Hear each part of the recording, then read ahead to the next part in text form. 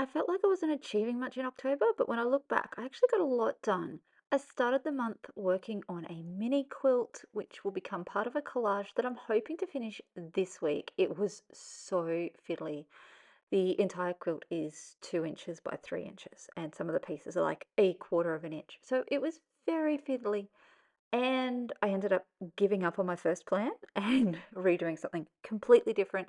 Totally worth the frustration of redoing though. So I'm looking forward to getting that one together this week. Just a couple of tweaks to make and some medium to make it all nice and firm and sit in place how I want it. Speaking of quilts, my Quiltmas quilt got cleaned and photographed, ready for the blog. I can't wait to share this one with you. I do have a video. And then it's kind of crafty, but one of the other Scout moms and I got stuck into the craft cupboard at the Scout Hall. We have some new shelves being installed, and it was a disaster in there. It hasn't been touched for so many years. A huge job. Everything got sorted into these containers, and my next job now is to use my Cricut to make some labels for when the new shelves go in. Such a satisfying job to get done.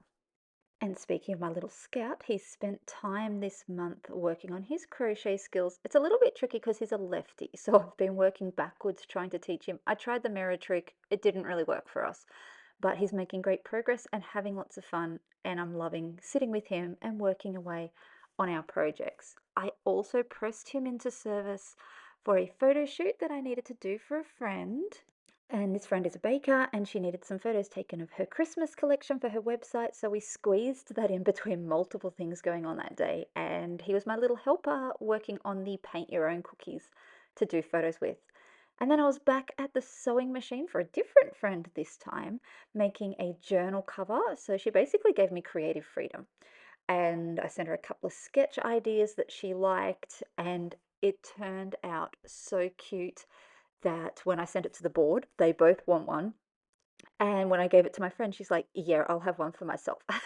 So I think I've got some Christmas presents to make, but it was surprisingly quick and easy. So I think I'm definitely going to make more, and I might even film the entire process and share a bit of a rough tutorial. I don't know whether it even counts as a proper tutorial with how simple they are, but it'll be a fun one to add to my Christmas roster and a great gift giving idea.